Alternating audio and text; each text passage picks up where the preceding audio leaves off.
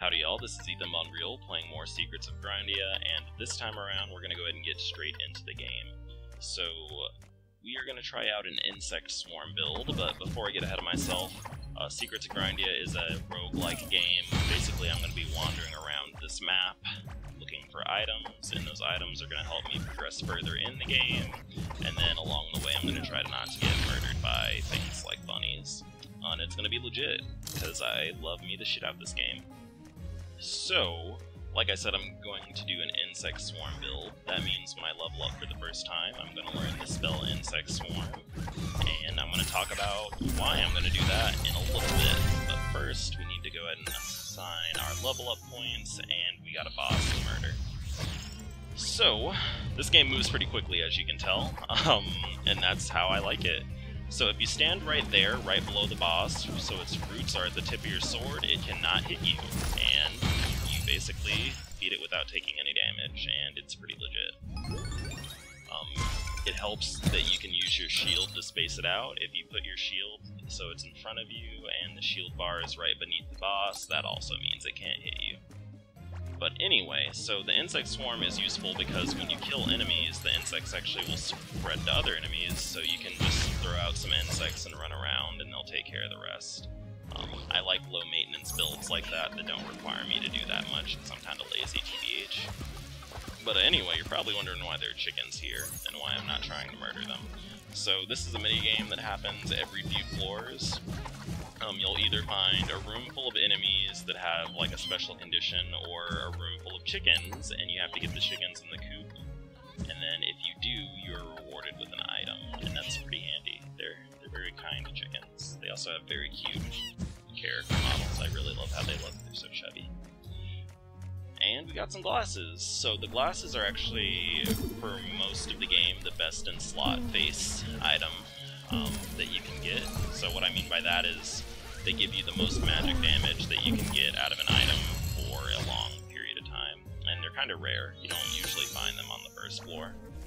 But like I said before, the items you find are completely random, but they do have a slightly higher chance of appearing on later floors based off of how strong they are. So we're not always going to be finding pairs of socks like we just found. Anyway, in addition to that, we're also going to run into shops occasionally. Hello.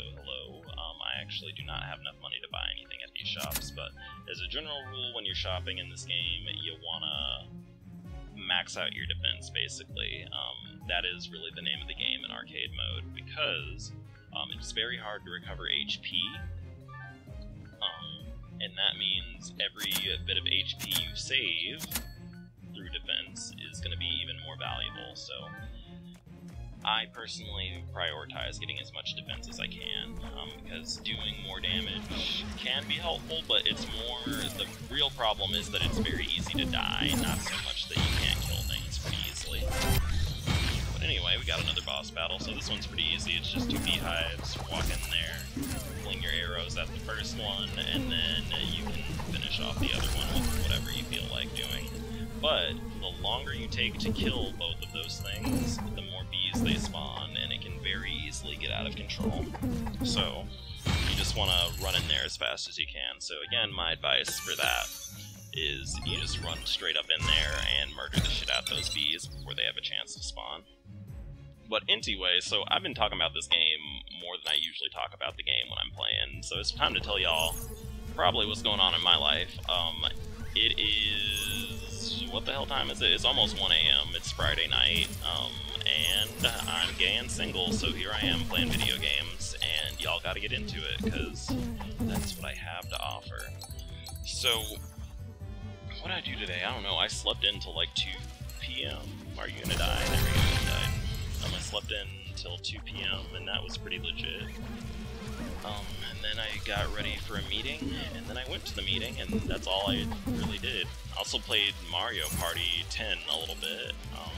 Like many people, I think the earlier Mario Party games were superior when everyone walked around a map, but I can see the appeal of the newer games for people who are not used to the series, I guess. Other than that, I don't know, I've been thinking about, like, oh, I got another level up.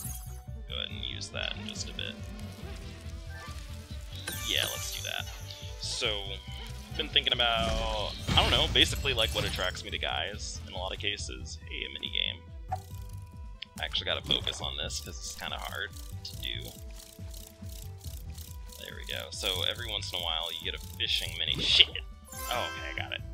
You get a fishing minigame, and you have a chance to fish up either stuff you can sell to the shop to make more gold, or alternatively you can fish up rare items sometimes.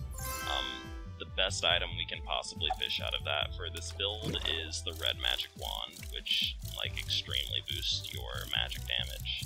But that's a pretty rare find.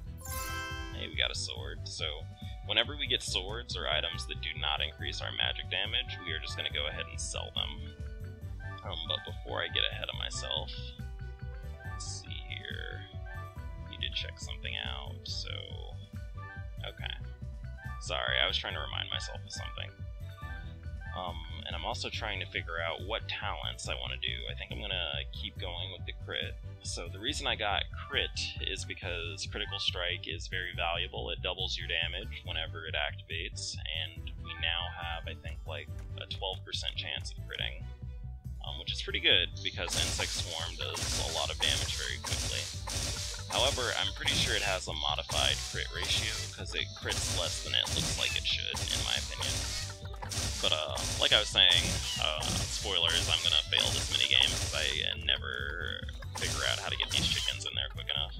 I was just thinking about what attracts me to dudes, because, I'm gonna be playing a game later with some folks to basically, like, have a lineup of people we're attracted to, and we gotta see what they all have in common.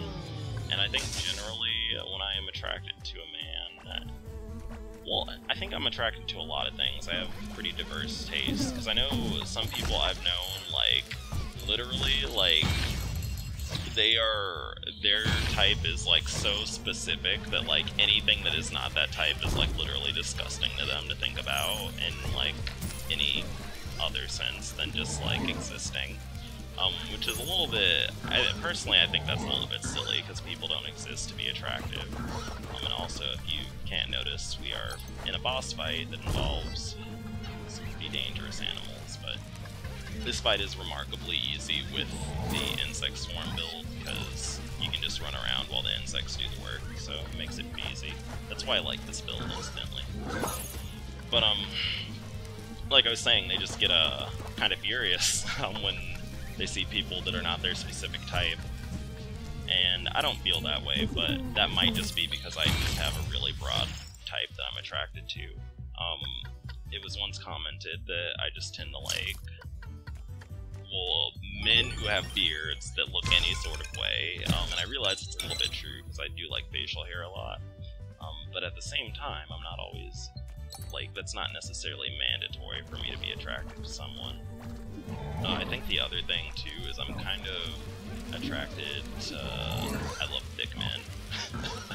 I love juicy men. I really enjoy that in a man. It's very charming. Also, we just hit the jackpot. We got the best in slot armor for the first part of the game. But, I tend to like guys who are a little bit chubby, a little bit heavy set. Also muscular sometimes too, but at the same time I also tend to like really skinny guys. So I think really I'm just open to anyone who might like me in a lot of cases. Although that's not necessarily 100% true, because I do have some things that I'm not too into, but I think I'm pretty flexible with that to an extent, because I can kind of grow into being attracted to someone even while I'm thinking, man, maybe they're not a little, like, they're cute in an ugly way. I don't know how to explain it. Oh shit, see, this is what happens when I talk too much, I fuck up. Let's see if I can get this now. Ooh, Lord. Can we do it? There we go, there we go. Hey, we're gonna go ahead and stick with the defense. So EP is basically that purple bar below my HP in the top left corner, and it is what lets you cast magic spells. It basically acts as mana does in most games, but it's a bit more flexible, because it can be also used for physical damage spells too, instead of just magic. But, I forgot what I was talking about before. So you might not have noticed, but we now have 5 points into Insect Swarm. That means when we charge the spell, we summon gigantic-ass insects, and they're pretty fucking furious. So, that means they do more damage, and that they're also going to travel further when they spread, so they can make it all the way to that beehive. Oh man, they're tearing shit up. There we go. But something I noticed that I kind of was thinking about earlier today is that a lot of the people that I've noticed, some people I've known are attracted to, are like guys who are kind of like douchebags a little bit. And I don't mean like douchebags like, oh, they're like assholes. Like, they're guys that kind of look like people that bullied them in high school a little bit. I don't know how to explain it. Like, they just look kind of like, I don't know how to explain it. Like, sometimes I'll see my friends be attracted to people, and I'm like, that person's really fucking mean to you. Like, he's straight, which isn't bad, but he's straight, and then also kind of like a douchebag, and like you're like here like having this deep romantic fantasy in your head about him. So, it's just very interesting to me because I feel like I don't know why that is. I think maybe it's just appealing. Maybe it has to do with some shit about masculinity, I don't know, but reveal to me your secrets, other homosexuals. Why are we sometimes attracted to douchey-looking dudes? But I realize I also tend to be really attracted to the guys who are kind of bad. Not like bad mean, but like, I guess, I don't know, like people who follow their own rules, basically. I think that when people are like really emotionally invested in social norms, that really annoys the shit out of me. Because my basic attitude is I'll do whatever the fuck I want, and I don't really care what other people think. And when people try to force me to think about what other people think, it makes me a little bit furious. So like I said, we're not equipping that green bow we found because it is not a damage upgrade, or it's not a defense upgrade, so we don't need it. But this is actually looking to be a good run so far, so like I said, good Secrets of Grindea run starts off not getting hit on the first floor, for the first 4 floors, and we are on the 5th floor right now, and we haven't been hit, so we just gotta see how things turn out from here. Actually, we did get hit, we just healed up the nurse. I probably should have pointed that out, but I was kind of getting into a groove with talking here. So we also just got another really huge defense upgrade, which means this is going to be a doubly good run. And now we have a gold point in our insect swarm, which means, actually I kind of need to figure out what to do with my next few points, because we already made it to that limit. Let's go ahead and, yeah, let's do this. Let's do the plants. And then,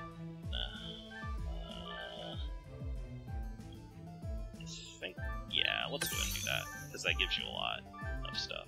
So Mana Burn makes it so that when your EP or your mana is low,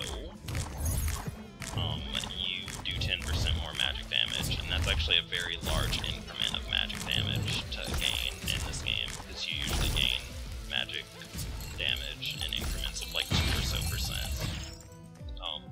But you're also probably wondering about the plants, so it puts like a stationary plant in the ground, and when enemies walk over it, they take damage. So this kind of works with the insect swarm ability, because you can just throw out your insects, put a bunch of plants on the ground, and have the enemy run over it while you do nothing but run, and then they'll take a lot of damage. So it lets you basically kite really easily. The enemy can't really get to you. And I failed that room. So like I said, sometimes you get the chicken coop, sometimes you get a room full of enemies, and if they hit you, or basically you have to dodge their attacks for a while. And if you successfully do that, you get an item, otherwise you just lose the room, but you still get the EXP for it, so that's good. Sadly, the ghost room is actually a pretty hard challenge in my opinion. I just usually never do that well at it. But it's also, again, because I'm fucking talking, and it is kind of hard for me to micro-talking and playing this game at the same time. So me doing a let's play of this is kind of against my, it doesn't really benefit me that much, but I'm doing pretty solid. really, with Let's Playing, I have to get like a good groove going with how I start commentating. Because like if I'm trying to think of stuff to talk about while I'm playing, that's a lot harder than actually talking about something I've already thought of. Which is why I've kind of been able to play pretty smoothly so far, because I actually made a few notes about what I wanted to talk about in this video. Anyway, what am I gonna do? Yeah, there we go. Okay, sorry, I forgot for a second what my build path was gonna be. So we are at a boss, and this boss is actually really hard, but luckily the plants actually help out with this a little bit. But sadly, they are very weak right now, because that's not what we leveled up first, so it's actually going to be kind of hard to use them effectively. So we're just going to try the insect swarm instead and see how things go.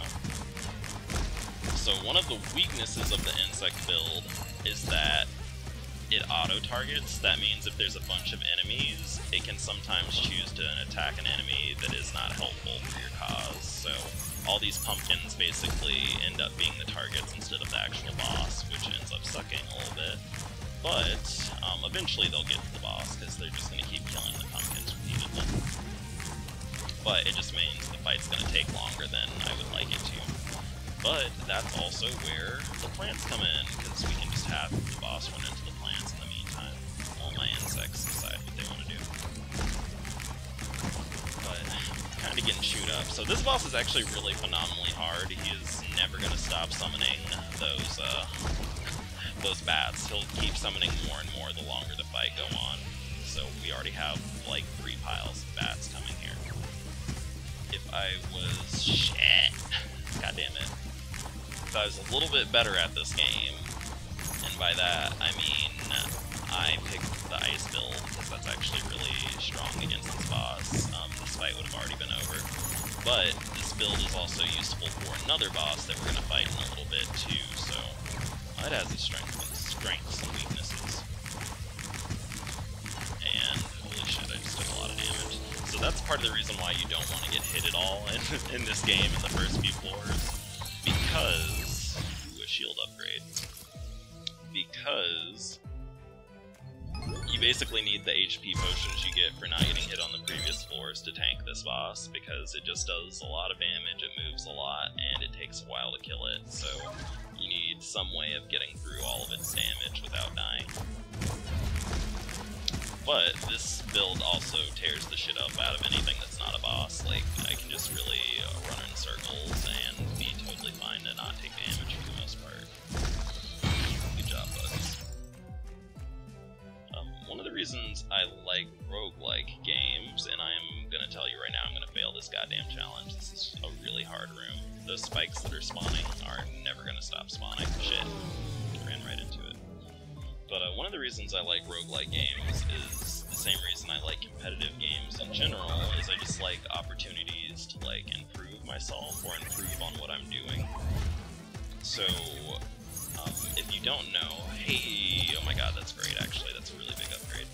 That's the red wand I was talking about earlier, but, I used to play Super Smash Bros. A lot, and I used to be really involved in, like, competitive Smash Bros. To an extent. I never went to a physical tourney, I just had to do all online stuff, because I felt like if I asked my mom, she would be like, are you going to go see, like, a pedophile or something? She would just be very wary of me meeting up with people from the internet. But, that was like my first introduction to like something that you could like gradually improve at as a skill. And then of course I also was in band in high school, which was kind of similar but also different because I'm a little bit more interested in video games. But basically I just really love that opportunity to improve myself and see strategy play out and stuff, and roguelike games are kind of similar in that way, because even though this is hard, there's definitely ways to slowly improve yourself over time.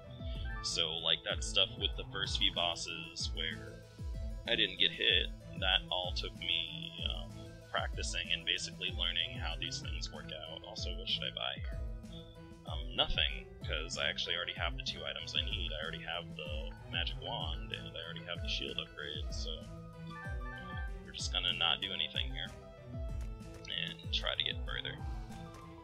But, basically I had to practice that plant boss. Like, I actually legitimately could not beat that boss for like a week and a half. Like, I would play every day after I got home from my university, and I just couldn't do it.